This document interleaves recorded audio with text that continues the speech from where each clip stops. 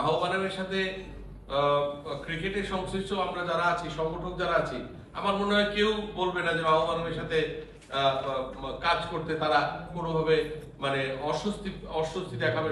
সবাই স্বতঃস্ফূর্তভাবে আমরা আমাদের এখান থেকে বলছি, আমার মনে হয় এখানে যারা আছে তারাও সবাই মাহবানের সাথে ক্রিকেট সংগঠক হিসেবে ওনার কোনো তুলনা হয় না।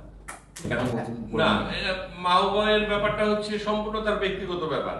উনি দীর্ঘদিন যাবৎ ক্রিকেটকে সার্ভ করে আসছেন, 30 বছর যাবৎ উনি ক্রিকেটের সাথে আছেন। তার আগে ওনার খেলোয়াড়ি জীবন আপনারা জানেন। তো এটা ওনার সম্পূর্ণ ব্যক্তিগত ব্যাপার।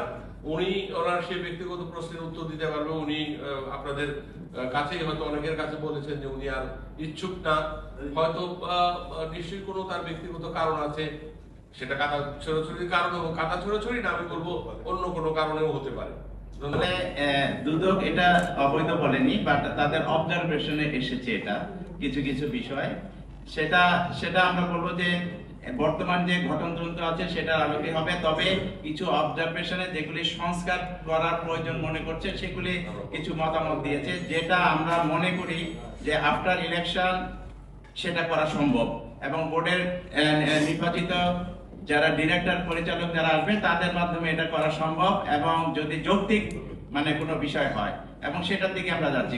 আমি কারণ হিসাবে বলি, এখন সংস্কার করতে হলে আপনার কাউন্সিলরদের লাগবে, আগে বোর্ডে অনুমোদিত হতে হবে, তারপরে এজিএম করে তারপরে এটা মানে চূড়ান্ত রূপ লাভ করবে। সেটা কি এখন করা সম্ভব? কারণ অধিকাংশ কাউন্সিলররাই কিন্তু অনুপস্থিত, সেটা অবশ্যই সম্ভব নয়।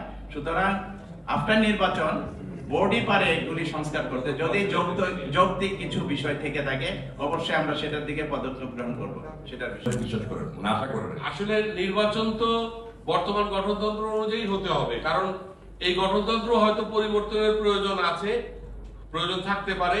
সেটার জন্য এক্সট্রাঅর্ডিনারি জেনারেল মিটিং বা জেনারেল মিটিং প্রসিডিউর ফলো করে এটা চেঞ্জ করতে হলে সবার মতামত নিয়ে করতে হবে। এটা হুট করে কোনো নির্বাচনের পূর্বে কেউ ইচ্ছা করলেই এনএসসি কিংবা ক্রিকেট বোর্ড এটা চেঞ্জ করার ক্ষমতা রাখে না, আপনি খুব ভালো করে জানেন।